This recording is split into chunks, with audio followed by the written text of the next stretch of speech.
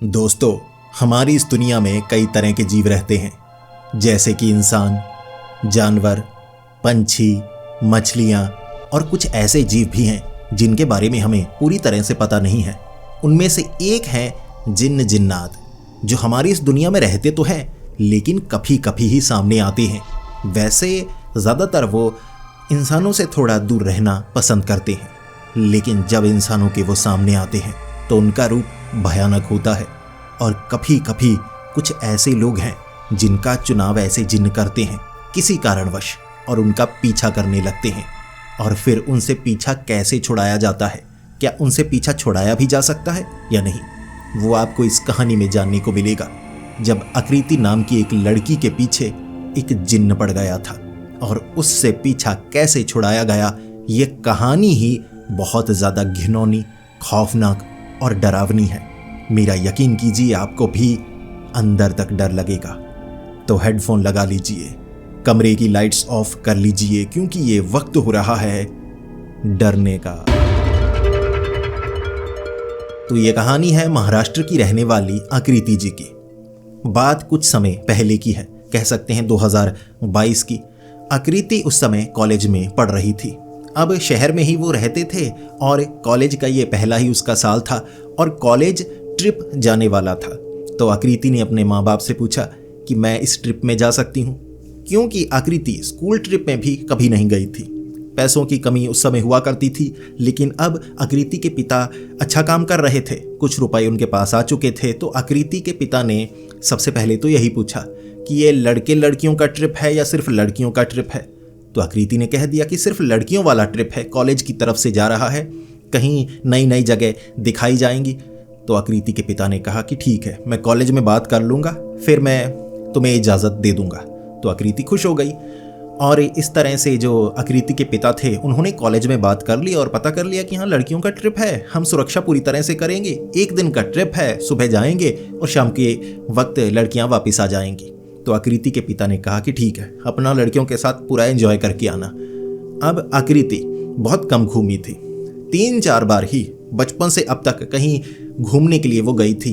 अब उनके पिता के पास पहले ज़्यादा रुपए नहीं हुआ करते थे, तो जहाँ भी वो जाती थी कुछ ना कुछ वहाँ से लेकर ज़रूर आती थी।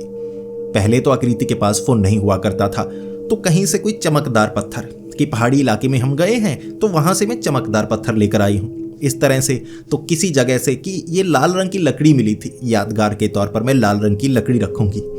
आकृति ने सोचा हुआ था कि यहाँ पर भी अब तो मोबाइल फ़ोन मेरे पास है, तो मैं ढेर सारी तस्वीरें खींचूंगी और कुछ ना कुछ वहाँ से लेकर आऊँगी, ये यादगार के तौर पर। उसका ये मानना था। जब लड़कियों का वो ग्रुप वहाँ पर पहुँचा तो ये पुराने किले थे या कुछ ऐसा ही इलाका था जहाँ लड़कियाँ अपना अपना ग्रुप बनाकर तस्वीरें खींचने लगी। जिनके साथ दोस्ती थी आकृति उन सहेलियों के साथ घूमती जा रही थी। और लड़कियां जहां इकट्ठी हो जाए ना, वहां तस्वीरों की आवाज़ तो आती ही रहती है। हर तरफ हर कोई तस्वीरें ही खींच रहा था, लड़कियां ही लड़कियां।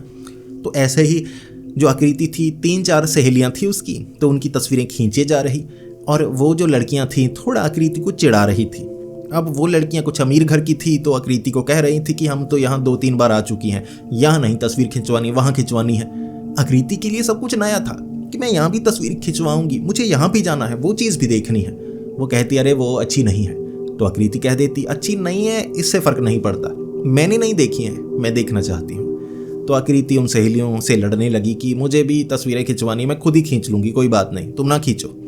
तो आकृति अकेले घूमने लगी। अब वो बड़ी जगह थी, वहाँ बहुत ज़्यादा कचरा भी पड़ा हुआ था। तो ऐसे पुराने जैसे खंडहर किले होते हैं, किले महल, उस तरह का ये इलाका था। तो वहाँ घूमते घूमते कई जगह कचरा वगैरह बहुत सारा सामान पड़ा हुआ, जो आकृति थी अपनी तस्वीरें खिंचवाती जा रही। एक सहेली थी जो आकृति के साथ थी, वो आकृति को कहती कि ये बेवजह तंग करती रहती है, हम घूमी नहीं कभी कहीं पर, तो यहाँ तस्वीरें खिंचवाएंगी ना। तो आकृति ऐसे ही उससे तस्वीरें खिंचवाती रही, उसकी तस्वीरें खींचती रही। और एक जगह सीढ़ियों के पास जो आकृति थी वो चाहती थी कि मैं यहाँ से कुछ लेकर जाऊँ। अब लेकर क्या जाऊँ, क्या ये खंडहर ईंट ले जाऊँ छोटी सी बैग में डालकर? अरे नहीं, भारी होगी। उसके बाद आकृति ने वहाँ पड़ा हुआ लोहे का एक छोटा सा लैंप देखा। अब छोटा सा लैंप था, जैसे जिसमें तेल डाला जाता है, ऊपर बत्ती डाली जाती है, आग जलाई जाती है, लेकिन बहुत ज़्यादा पुराना लग रहा था, जंग खाया, पूरी तरह से खराब, लेकिन घिसकर कुछ हद तक चमकाया जा सकता था और यादगार के तौर पर रखा जा सकता था। तब जो आकृति थी उसने वो लैंप उठाया और उसकी सहेली कहने लगी कि ये क्या कर रही है, कबाड़ क्यों उठा रही है। तो आकृति ने कहा, नहीं, मेरे लिए कबाड़ नहीं है, ये मेरी यादगार है, मैं यहाँ पर पहले कभी नहीं आई, तो यादगार के तौर पर एक छोटी सी चीज़ रखना चाहती हूँ। यहाँ तो बहुत कुछ पड़ा है, अब मैं बताता हूँ वहाँ क्या क्या चीज़ें पड़ी हुई थी। अब देखिए, उस जगह ना ऐसे लैंप हो गए, या लोहे की कुछ पत्तियाँ फेंकी हुई थी, या टीन के डिब्बे फेंके हुए थे, ऐसी बहुत सारी अजीबोगरीब चीज़ें थी। कुछ तो लोहे की चेन फेंकी हुई थी, जंग खाई टूटी फूटी ऐसी चीज़ें थीं जिसे देखकर आकृति की सहेली कह रही कि ऐसी जगह से कुछ उठाना नहीं चाहिए, देखो सही चीज़ें कैसी हैं, ये कोई कबाड़ फेंका गया नहीं है, ऐसा लग रहा है किसी ने अपने मन से ये चीज़ें यहाँ पर एक एक करके फेंकी हैं, अलग अलग लोगों की चीज़ें लग रही हैं, तो ऐसी जगह से उठाकर कुछ भी घर नहीं लेकर आना चाहिए। लेकिन आकृति कुछ ना कुछ तो घर लेकर जाना चाहती थी। तो आकृति ने कहा, अरे चलो मैं फेंक दूंगी, तुम ऐसा करो, तुम ये सीढ़ियाँ चढ़ो, ऊपर से तुम्हारी तस्वीर खींचती हूँ, नीचे खड़ी हो जाऊंगी, ऊपर तस्वीर खींचूंगी। तो वो लड़की सीढ़ियों से ऊपर चढ़ने लगी और इतने में जो आकृति थी उसने वो लैंप जल्दी से अपने बैग में डाल लिया कि किसी को क्या ही पता लगेगा, बेवजह मुझे डराई जा रही थी, ऐसी वैसी चीज़ नहीं है ये छोटा सा लैंप है, यहाँ जैसे दिया होता है बत्ती और तेल से जलाने वाला, वैसे दिए की तरह था, छोटा सा। तो आकृति ने बैग में डाला, उसके बाद एंजॉय करने लगी अपनी सहेलियों के साथ। जो काम उसे करना था ये वाला हो गया, बाकी तस्वीरों वाला काम, बाकी घूमना फिरना। पूरा दिन काफ़ी ज़्यादा लड़कियां घूमी तो थकान भी बहुत ज़्यादा हो गई थी। और शाम के वक्त जिस कॉलेज बस के सहारे वो गई थी, वही कॉलेज बस से हर किसी को घर के पास छोड़ा जा रहा था। तो आकृति को घर के पास उस बस से ड्रॉप कर दिया गया। आकृति गई घर और अपने माँ बाप को बताने लगी कि बहुत ज़्यादा मज़ा आया, हम भी इकट्ठे वहाँ पर चलेंगे। तो आकृति की माँ कह रही कि बिल्कुल देखेंगे, ऐसा करेंगे, कुछ महीने बाद जब तुम्हें छुट्टियाँ होंगी तो इकट्ठे चलेंगे। फिर आकृति ने बताया कि वहाँ क्या क्या था, तस्वीरें दिखाई। तो ऐसे 1-2 घंटे निकल गए, वक्त 9 साढ़े 9 बजे का हो गया था। आकृति की माँ खाना बनाने में लग चुकी थी और आकृति अपने बेडरूम में थी। अब बेडरूम में उसने वो लैंप निकाला, एक तरफ रखा कि मैं इसे घिस कर साफ कर दूंगी और इसे चमका कर थोड़ा रखूंगी, बाकी ऊपर एनेमल पेंट कर दूंगी ताकि देखने में सही लगे, मेरे लिए तो यादगार है ना। जिसके बाद बैठी हुई थी जो आकृति बेड पर, अचानक उसे कब नींद आ गई पता ही नहीं चला। तो 10 बजे के करीब आकृति की माँ ने खाना पूरा बनाया और आवाज़ लगाई कि आकृति आ जाओ। आकृति ने जवाब नहीं दिया तो माँ ने कमरे में आकर देखा कि क्या हुआ आकृति, तुम जवाब क्यों नहीं दे रही थी। तो आकृति सोई हुई थी। जब माँ ने आकृति को उठाया तो हड़बड़ी में आकृति उठी कि अरे मेरी आंख लग गई, थकान ज़्यादा हो गई थी ना, तो आंख लगी होगी। अब ये गर्मियों का मौसम था, तो वैसे भी महाराष्ट्र के उन हिस्सों में ज़्यादा गर्मी ही पड़ती है। तो अब जो आकृति थी ठंड से ठिठुरने लगी थी, उसे ठंड ही बहुत ज़्यादा लग रही। वो घर में क्या किया करती थी, कैपरी, ठीक है, ऊपर एक टी शर्ट ऐसे पहने रहती थी, तो इसमें ठंड तो लग ही नहीं सकती थी, मौसम ठंड का था ही नहीं, लेकिन उसे बहुत ज़्यादा ठंड लग रही। और आकृति कहने लगी कि मेरा शरीर तो ठिठुरता जा रहा है। तो माँ ने कहा पंखा बंद कर दो ना, पंखा क्यों चलाया हुआ है। आकृति ने पंखा तो बंद किया लेकिन उसके बावजूद उसे ठंड लगती जा रही। तो आकृति की माँ ने कहा कि तुम्हें ऐसा फ्लू लग गया होगा, तुम घूम कर आई हो ना, बाकी लड़कियां भी ऐसी हैं, कोई बीमार हो बताता ही नहीं, तो सब लड़कियां बीमार हो जाती हैं। तुम ऐसा करो, वो कंबल ले लो, कंबल ओढ़ लो। तो रात के वक्त जो आकृति थी उसने उस रात खाना कंबल ओढ़ कर खाया। अब इस मौसम में कंबल कोई नहीं ओढ़ता था, अगर कोई कंबल ओढ़ता ना तो उसे पसीने आने लगते, लेकिन हो सकता है उसे नज़ला ज़ुकाम होने वाला हो, ठंड लग गई हो, गर्मियों में ठंड लग गई हो। तो हैरान थे माँ बाप, लेकिन ज़्यादा ध्यान दिया ही नहीं। जिसके बाद जो आकृति थी कमरे में आई, खाना वाना खा चुकी थी, अब थकान बहुत ज़्यादा हुई थी तो जल्दी ही उसे नींद आ गई। अगली सुबह से बिल्कुल सामान्य स्थिति पैदा हो गई, जैसे हर रोज़ था ही। सुबह सुबह नहाकर तैयार होकर वो कॉलेज आया करती थी। अब अगले 3 से 4 दिनों तक उसे समय मिला ही नहीं। वो जो लैंप था ना, उसे ज़्यादा देखने का एक तरफ पड़ा हुआ, अब उस तरफ ध्यान था ही नहीं कि चलो घर तक आ गया, बाकी जिस दिन छुट्टी होगी मैं उस दिन इसको ध्यान से देखूंगी, साफ करूंगी। 4-5 दिन जो आकृति थी वो कॉलेज जाती रही। एक सुबह, अब 5-6 दिन बाद एक सुबह जब आकृति कॉलेज जाने के लिए तैयार होने वाली थी, सुबह सुबह उठी वो। सुबह सुबह वो ग्रीन टी पिया करती थी। ग्रीन टी पीने के बाद नहाने के लिए जाया करती थी। तो जो आकृति थी उसके कमरे के साथ बाथरूम अटैच था, तो वो कमरे में कपड़े बदला करती थी। वो कमरे में थी, चिटिकनी लगाई थी, दरवाजा बंद था।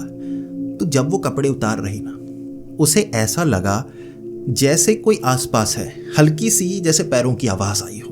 पर्दा हिला था, वो कपड़े बदल रही। वो तो घबरा गई कि कौन है। माता पिता रहते थे घर में, आकृति अकेली उनकी बेटी थी, इसके सिवा घर में और कोई नहीं था।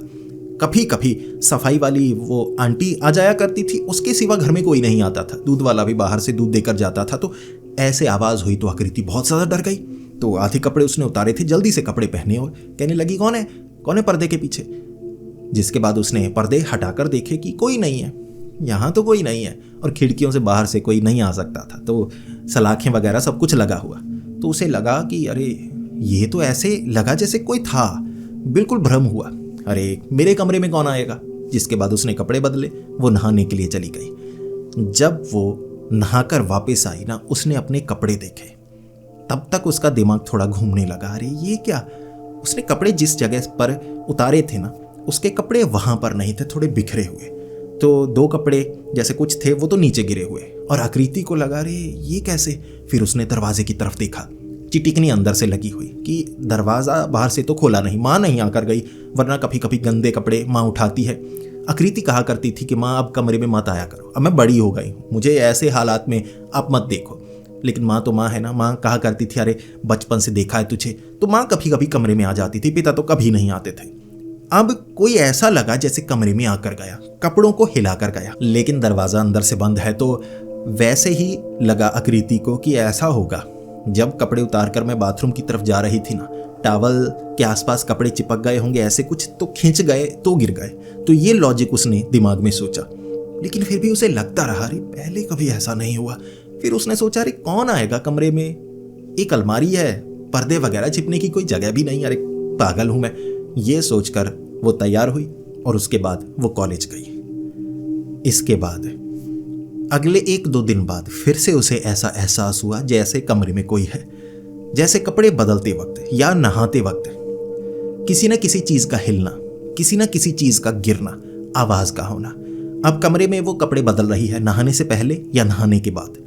तो अचानक पीछे से कुछ गिरना, जिससे वो घबरा गई कि पीछे क्या है। कोई चीज पड़ी थी, जैसे कोई मोमबत्ती वगैरह, आर्टिफिशियल मोमबत्ती, तो वो गिर गई जो कि लोहे की बनी हुई थी। तो गिरी तो आवाज हुई, तो वो घबरा गई कौन है।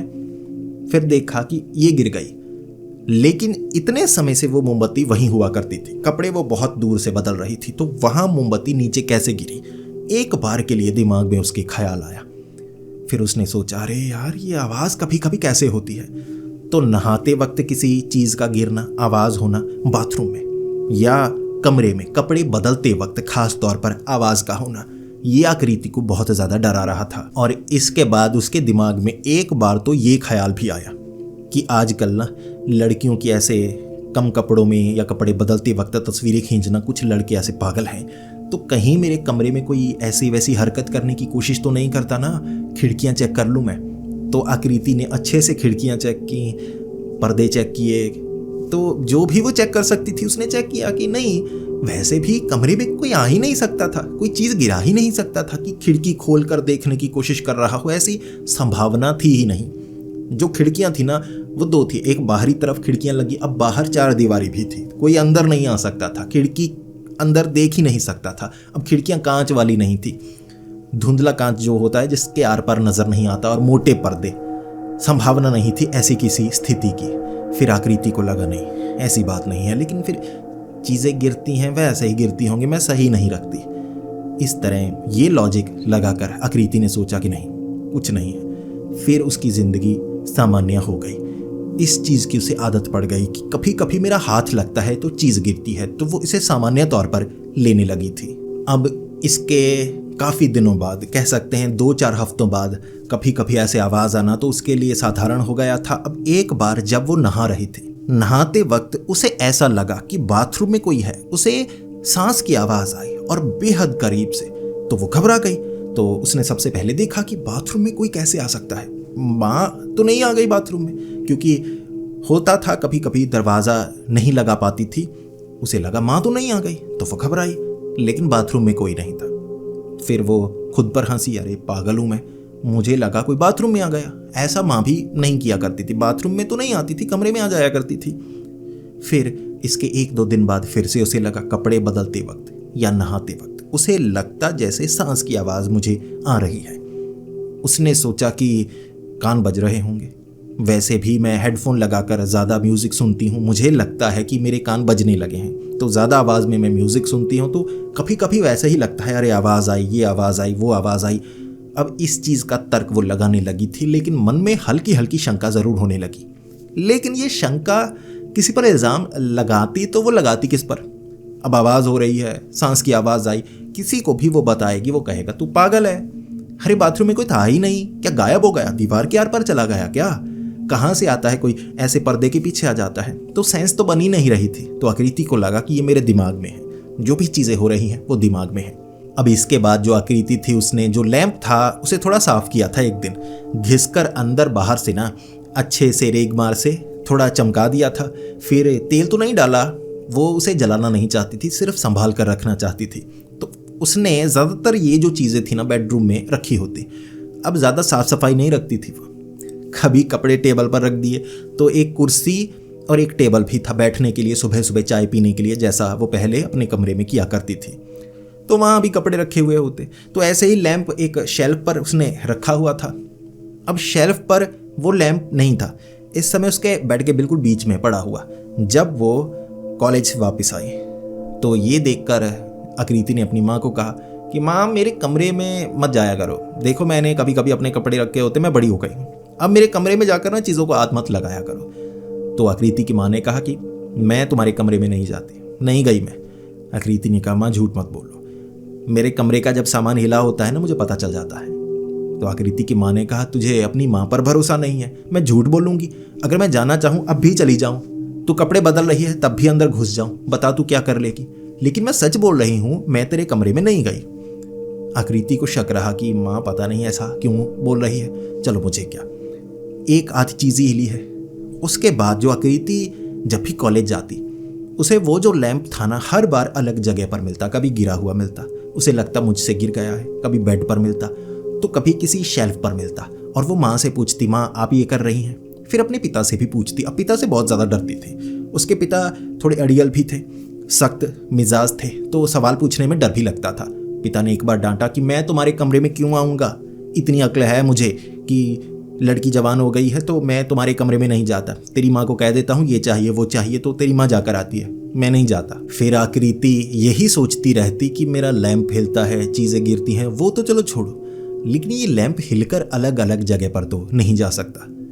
थोड़ी थोड़ी उसे शंका मन में होने लगी थी, जिसके बाद हालात उससे भी बद से बदतर होते चले गए। उसे लगता चला गया शुरू शुरू में कि वैसे ही मुझे भ्रम हो रहा है, और हालात बदलते जा रहे थे। धीरे धीरे उसे लगने लगा था कुछ गड़बड़ है, चीज़ों का हिलना, आवाज़ का आना, खास तौर पर कपड़े बदलते वक्त या जब उसने कपड़े नहीं पहने होते नहाते वक्त, तब उसे लगता कोई है। अब ये 3 से 4 महीने बीत चुके थे, उसका स्वभाव भी थोड़ा सा बदलने लगा था, तो वो चिड़चिड़ी होने लगी थी, घर में भी थोड़ा बहुत झगड़ा हुआ करता, बस इसी कारण हुआ करता कि मेरी चीज़ों को माँ मत हिलाया करो, मानती भी नहीं तो माँ डांट दिया करती मैं नहीं हिलाती हूँ। फिर एक रात जब आकृति सोई हुई थी उसे एक अजीब सपना आया। अब सपने अजीबो गरीब होते हैं, बेहुदे बेतुके, जिसकी कोई सेंस भी नहीं बनती, ऐसे भी आते हैं। तो जब सपने में आकृति नहा रही थी तो उसे एक अजीब सी चीज़ ने पकड़ा। अब पीछे से उस चीज़ ने पकड़ा था, वो कोई इंसानी हाथ नहीं था। उसे ऐसा लगा जैसे, कैसे कहें, जैसे कोई तारकुल की चीज़ हो जो उसे लपेट रही हो, चारों तरफ से उसे जकड़ रही हो, लेकिन सांस की आवाज़ कान के पास से आ रही थी। तो ऐसा सपना जो टूट भी नहीं रहा था, उसे लगा कि बेवजह उसे छुआ जा रहा है जब उसने कपड़े नहीं पहने। ये सपने में था नहाते वक्त। तो सपना जब टूटा तो सुबह वो थोड़ी घबराई थी, लेकिन सपना तो सपना होता है, बेहुदा बेतुका बिना सेंस वाला। उसे लगा बेहुदा सा कैसा सपना आया है, जिसके बाद ये सपना ही था, ये सोचकर आकृति को लगा चलो कोई बात नहीं। लेकिन इसके कुछ दिन बाद फिर से सपना आया। अब रात को सपने में उसे हमेशा ऐसा महसूस होता जैसे उसे कोई पकड़ने की कोशिश कर रहा है, गलत तरीके से छूने की कोशिश कर रहा है, जैसे कोई लड़का हो जो उसके पीछे पड़ गया है लेकिन अपना चेहरा नहीं दिखाता, जैसे छिप कर रहता है। लेकिन जब भी कुछ भी वो कर रही हो ऐसा उसे लगता कि उसे छुआ जा रहा है, गलत तरीके से छुआ जा रहा है। तो जब भी रात के वक्त उसकी नींद खुलती तो उसे बड़ा गुस्सा आता कि कैसे बेहुदे गंदे से सपने आ रहे हैं। अब कॉलेज में थे कुछ लड़के जो आकृति को पसंद करते थे तो आकृति डांट दिया करती थी। आकृति नहीं चाहती थी कोई फ्रेंडशिप नहीं करनी। मेरे पिता बहुत ज़्यादा अड़ियल हैं, डांटते बहुत हैं और मैं उन्हें धोखा भी नहीं देना चाहती। मुझे रुझान नहीं, मुझे पढ़ना है, गरीबी देखी है, मैं पढ़ लिख कर कोई अफसर बनना चाहती हूँ, तो ऐसे ध्यान नहीं दिया करती थी। कुछ लड़के थे जो गलत इशारे भी किया करते थे तो आकृति डांट दिया करती वगैरह। तो उसे लग रहा कि वो जो तंग कर रहे हैं ना कुछ लड़के, उस कारण मुझे ऐसे गंदे गंदे सपने आते हैं जिसमें मुझे गंदे तरीके से कोई ना कोई सपने में छूता है।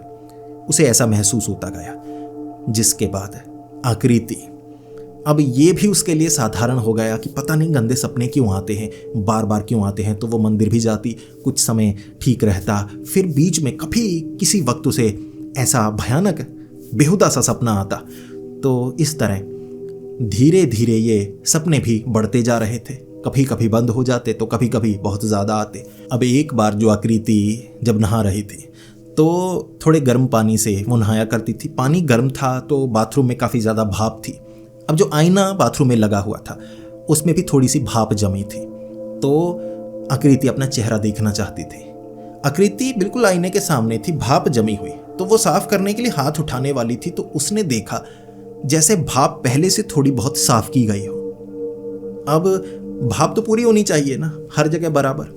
उसने देखा वो जो भाप थी ना उसमें आंखें, नाक, मुंह बना हुआ और मुस्कुराहट बनी हुई थी। मुस्कुराहट जैसे किसी छोटी चीज से भाप को बड़े हल्के हल्के से साफ किया गया हो और निशान बनाया गया हो। आकृति इतनी ज्यादा डरी, हाथ से भाप को साफ किया और एक बार के लिए उसकी दिल की धड़कन तेज हो गई थी। फिर इधर उधर झांक रही, अरे क्या है। उसे उस वक्त ऐसा लगा जैसे जब वो नहा रही थी तो बाथरूम में कोई था। उसे लगा कोई था, ये बनाई गई चीज है, लेकिन संभावना जीरो, दरवाजा बंद है। तो उसके बाद उसने नहाना भी, जो बाथरूम का दरवाजा भी बंद करके शुरू कर दिया। पहले तो कमरे का बंद करती, वैसे भी बाहर से कोई आ ही नहीं सकता था कमरे में। अब तो कपड़े भी वो बाथरूम में ही बदलती और बाथरूम में भी उसे लगता रहता कि कोई ना कोई आसपास तो है। जब मैं नहाती हूँ या बाथरूम जाती हूँ या अकेले में हूँ या सो रही हूँ, उसे ऐसा लगता कोई ना कोई तो है। आधी रात को 12 बजे जब बाहर से भी कोई आवाज़ नहीं आ रही होती, बिल्कुल सन्नाटा होता है, तब अगर आसपास कोई हल्की सी आवाज़ आए आपको पता लगेगा ना, कोई सांस ले रहा है बहुत करीब से, आपके कान, आपकी गाल यहाँ करीब से सांस ले रहा हो तो पता चलता है। तो जो आकृति थी उसे एहसास होता जैसे कोई है। अब उसे लगने लगा कि कोई भूत प्रेत या ऐसा कोई चक्कर है, मुझे डर लग रहा है। अब वो चाहती थी कि ये सब ठीक हो जाए, तो वो मंदिर जा रही थी। पुजारी जी से वो बात करती और पुजारी जी कह देते ज़्यादा डरने की बात नहीं है, अगर तुम्हें ऐसा कुछ लगता है कि घर में कुछ है तो पूजा पाठ करवाओ। जिसके बाद जो अब आकृति थी उसने घर भी कहा, ये नहीं कहा कि मेरे साथ ये हो रहा है, उसे बताने में शर्मा रही थी। अब एक लड़की जो कॉलेज में पढ़ रही है, घर क्या बताती कि मुझे शक है कि जब मैं नहा रही होती हूँ कोई होता है, या जब मैं कपड़े बदलती हूँ कोई होता है। तो ये बताने में उसे शर्मा रही। पिता को तो बता ही नहीं सकती थी, माँ को बताने में भी उसे शर्मा रही कि ऐसा नहीं। ये कहूँगी कि मुझे अजीब से गंदे सपने आते हैं, ये भी नहीं कह सकती कैसे गंदे, कोई गलत तरीके से छूता है, कि डरावने सपने आते हैं, ये कहा माँ को। तो माँ ने कहा कि अपने पास पानी रखा करो, गंगा जल रखा करो, तो ऐसे सपने नहीं आते। बचपन में जब तुम डर जाया करती थी तो हमें कहा था किसी ने कि पानी का ग्लास पास रखा करो। तो जो आकृति थी उसने ऐसा किया। अब कुछ दिन ऐसे, अब एक दिन एक ऐसा भयानक किस्सा हुआ आकृति के साथ जिसने आकृति को डरा दिया। छोटी अलमारी थी, इतनी मोटी, कह सकते हैं 2 या 3 फुट मोटी, चौड़ी कह सकते हैं 5 फुट की। अब उसमें वो कपड़े रखा करती थी, ज़्यादा सलीके से कपड़े नहीं रखती थी, फेंक दिया कपड़े, समय नहीं है मेरे पास, मैं चली सहेली के पास, ये टाइप। तो कपड़े बहुत फेंके हुए। तो जब कपड़े ढूंढने होते ना बड़ी परेशानी होती, एक निकालो 2 निकालो, नीचे फेंकती रहती, नीचे फेंकती रहती। ऐसे अलमारी में वो अपने जो कपड़े थे वो निकाल रही। तो ऐसे ऐसे कपड़े, अरे ये वाला है, अरे ये काला सा, हाँ ये काला टॉप पहना है, उसे लगा वो काला टॉप है। तो उसने जब कपड़े हटाए थे ना, उसे एक चेहरा नजर आया था, क्योंकि वो कपड़े पहनने वाली थी, तो नहा चुकी थी, उसने उस समय कम कपड़े पहने थे, तो वो कपड़े ढूंढ रही थी। उसने ऐसे जब कपड़े हिलाए ना, उसे एक चेहरा नजर आया, मुंह नजर आया काले रंग का, जैसे अलमारी में कोई छिपा हुआ हो। वो चीख पड़ी। वो तो बहुत ज़्यादा डर गई कि मुझे तो लगता है अलमारी में कोई घुसा हुआ है। फिर उसे लगा कोई मेरी अलमारी में घुस तो नहीं जाता। उसने अलमारी बंद की, जल्दी जल्दी जो पहन सकती थी, पायजामा वगैरह पहना कि मैं ऐसे दरवाज़ा खोलकर बाहर थोड़ी ना भागूंगी माँ बाप के सामने कम कपड़ों में। तो ऐसे उसने कपड़े जल्दी से पहने, अलमारी कर दी थी बंद। फिर माँ को कहा अलमारी में कोई है, जिसके बाद माँ पिता आए कि अलमारी में कोई लड़का छिपा है। पिता को शक था कि ऐसे कमरे में कैसे आ गया, तो अलमारी देखी, नहीं।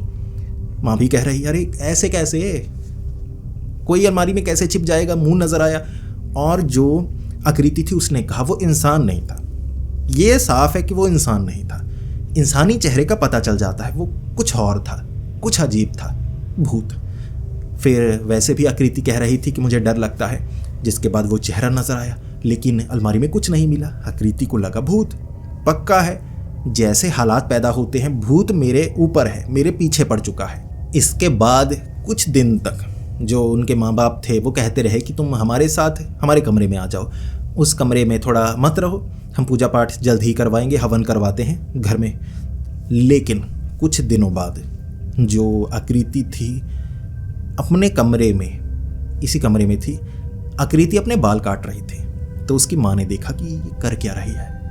आकृति जिसके बाल लंबे थे वो हमेशा किसी सहेली से कटवाती थी, किसी पार्लर में तो नहीं जाती थी। अभी माता पिता अलाउ नहीं कर रहे थे कि बाल स्ट्रेट नहीं करवाने, ये नहीं करवाने, ज़्यादा फैशन नहीं करना शादी के बाद, तो बाल हल्के से कटवाने हैं। तो सहेली उसकी थी जो किसी पार्लर में काम करती थी, तो उसके घर चली जाया करती थी हल्के फल्के कटवाने के लिए बाल। तो वो अपने बाल यहाँ से काट रही, यहाँ से, कोई यहाँ काट लिया, कोई यहाँ काट लिया। उसकी माँ ने कैंची पकड़ी कि पागल हो गई है।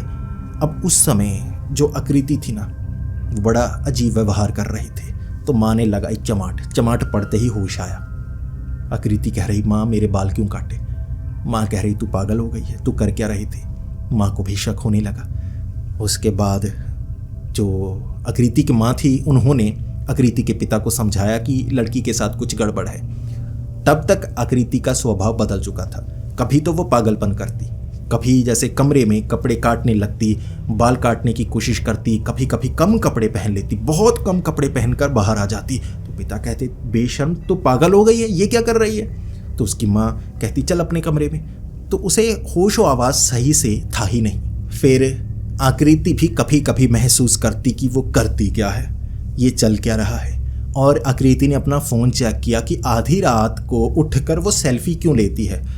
अजीब सी सेल्फी, जैसे कोई साथ में हो ऐसे सेल्फी लेती। अब बीच में कोई और तो नहीं होता, लेकिन तस्वीर ऐसी खींची गई होती जैसे किसी के साथ वो तस्वीर खींच रही है। रात के वक्त उसे पता ही नहीं, नींद में ऐसा कोई कैसे कर सकता है, आंखें जब खुली हो। तो आकृति को बहुत ज़्यादा डर लग रहा था।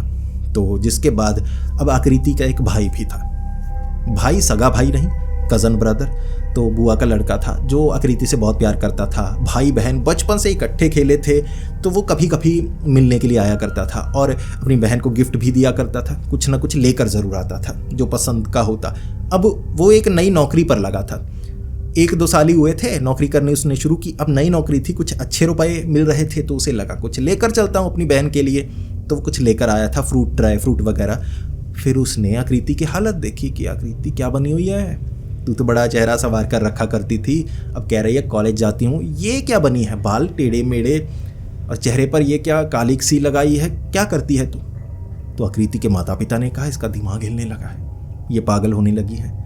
तो आकृति के भाई ने आकृति से कमरे में पूछा कि बता, किसी लड़की का चक्कर है, परिवार वाले नहीं मान रहे, तू पूरी बात बता दे, मैं खुद देखूंगा कि क्या करना है, कैसे, तो एक बार सच बता, अच्छे से बता। तो आकृति बहुत ज़्यादा रोने लगी थी। आकृति ने कहा मुझे नहीं पता। आकृति ने पूरी बात बताई कि भाई देखो बहुत बड़ी प्रॉब्लम है, माँ को भी बता नहीं पा रही, मैं बता भी रही हूँ लेकिन शर्म आती है कि माँ यकीन करेगी और माँ गलत सोचने लगती है कि लड़के का चक्कर है। तो भाई ने भी कहा कि हाँ मुझे ऐसा ही लगता है कि तेरी माँ को ना शक है कि लड़के का चक्कर है, इसलिए तू पागलपन में तेरा ब्रेकअप हो गया या इस कारण तू ये सब कर रही है। तो परिवार वालों को ये शक था कि लड़की जवान है, कोई चक्कर चल रहा है जिस कारण इसे सदमा वगैरह लगा है। लेकिन उसके भाई ने पूछा कि बता बहना, पूरी बात बता, मुझे पूरी बात बता। तो आकृति ने पूरी बात बताई कि ये कमरे में कपड़े बदलती हूँ, मुझे लगता है कोई मुझे देखता है। तो उसके भाई को आया गुस्सा कि कौन, कैसे, कोई सच में ऐसे है? फिर आकृति ने कहा कि लेकिन जो है ना वो नज़र नहीं आता, कुछ तो ऐसा है। नहाती हूँ, कपड़े बदलती हूँ, या अलमारी में चेहरे का नज़र आना, चेहरा भाप में दिखना, या यहाँ पर भी पर्दे का हिलना, कहीं ना कहीं मुझे ऐसा लगता रहता है कोई छिपा हुआ है। और मेरे भाई, मुझे सपने में इतने बुरे अनुभव होते हैं ना, जैसे कोई मर्द ही मुझे गलत तरीके से पकड़ रहा हो, और सपना भी नहीं टूटता। मुझे बहुत बुरा लगता है। तो उसके भाई को और भी ज़्यादा गुस्सा कि समझ में नहीं आ रहा ऐसा कैसे, नज़र क्यों नहीं आता? तो उसने कहा कि मुझे लगता है भूत प्रेत या ऐसा कोई जिन का चक्कर लगता है।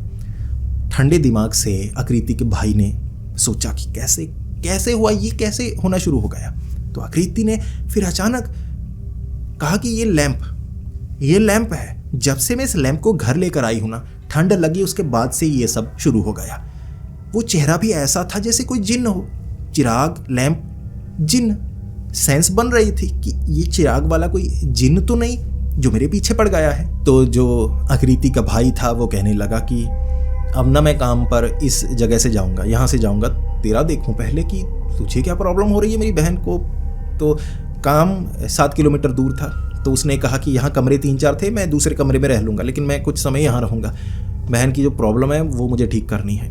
तो वो चिराग उसने क्या किया, दूर जाकर कहीं जहाँ कचरा था तो वहाँ फेंक दिया कि पहली परेशानी तो ऐसे दूर करूँ। भाई अगले दिन वो जो लैंप था ना घर में, और आकृति वो लैंप को हाथ में पकड़कर हंस रही। उस समय आकृति जैसे हंस रही थी ना, ये उसकी बहन आकृति तो थी ही नहीं।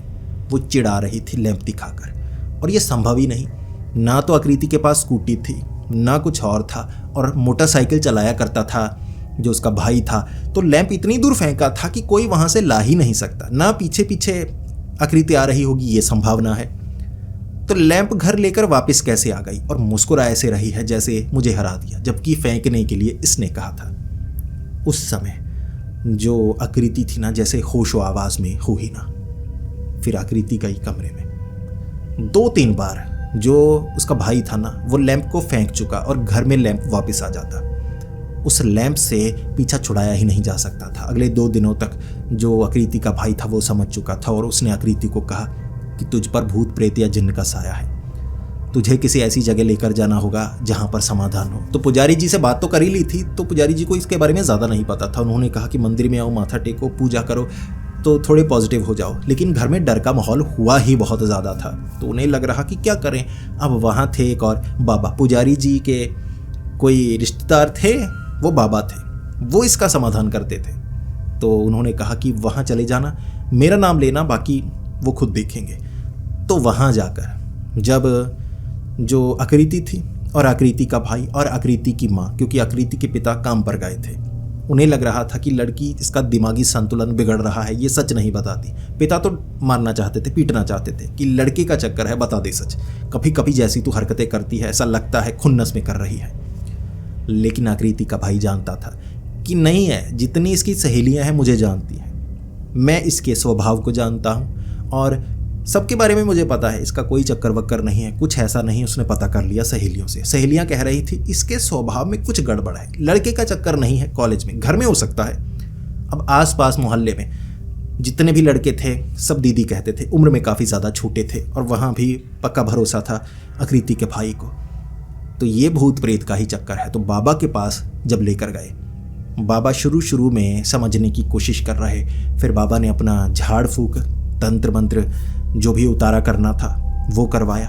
अब उतारा जब वो करवा रहे, वो जो आटा था ना जिसे एक खास जगह रखना था, वो आटा काला पड़ गया। अब आटा पड़ा काला, उसके अंदर लगाया था दिया, दिए के बुझते ही ये हालात पैदा हुए कि जो आकृति थी वो सर घुमाने लगी गुस्से में और आंखें उसकी लाल हो गई।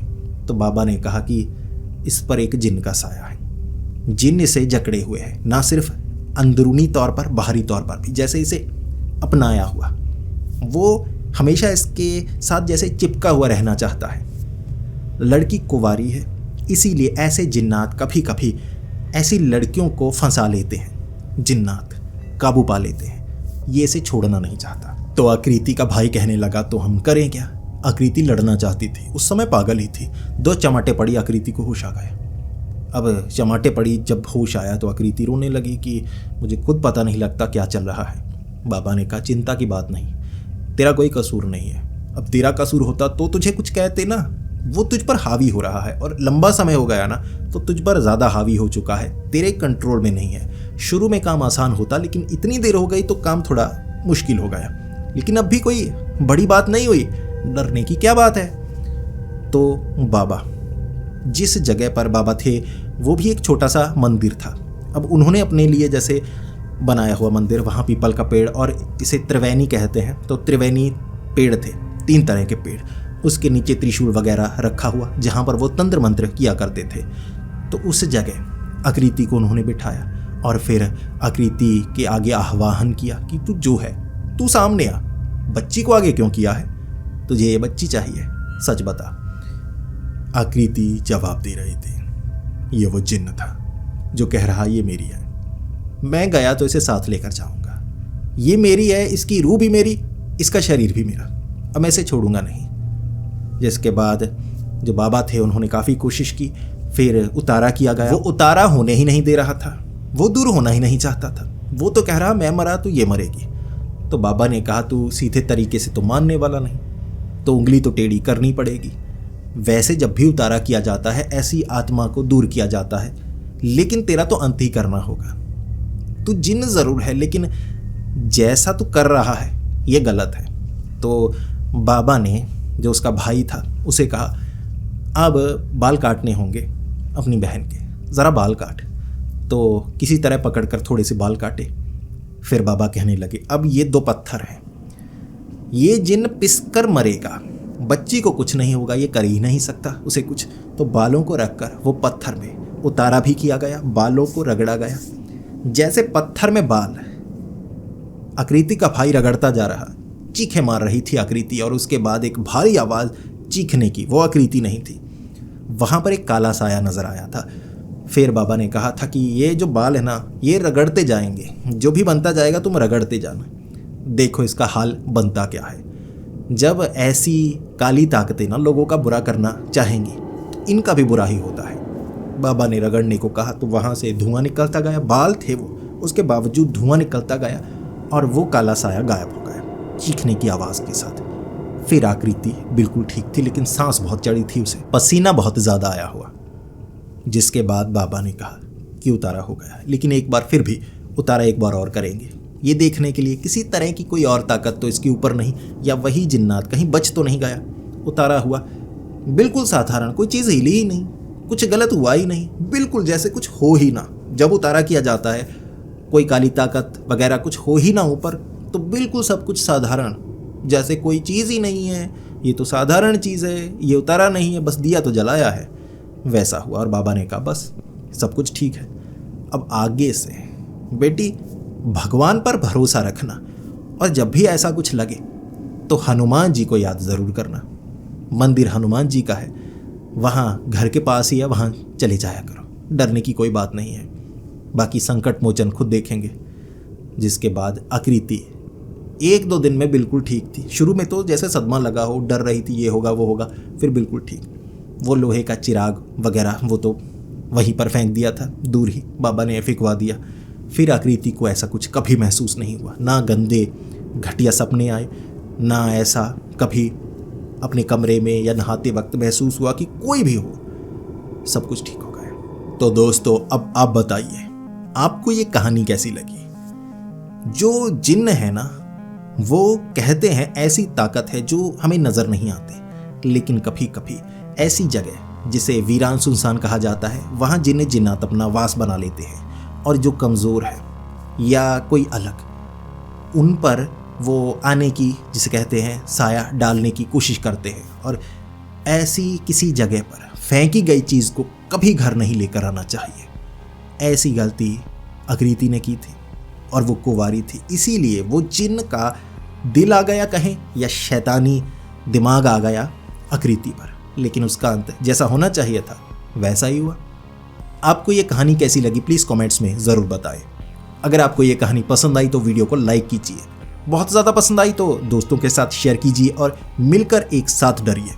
ऐसी ही कहानियाँ सुनना अगर आपको अच्छा लगता है तो सोच क्या रहे हैं, हमारे इस चैनल को सब्सक्राइब कर ले, क्योंकि यहाँ पर आपको मिलती हैं ऐसी ही खौफनाक और डरावनी भूतिया कहानियाँ जो आपको अंदर तक डरा देती हैं। तो मिलते हैं अगली वीडियो में, तब तक के लिए डरते रहें।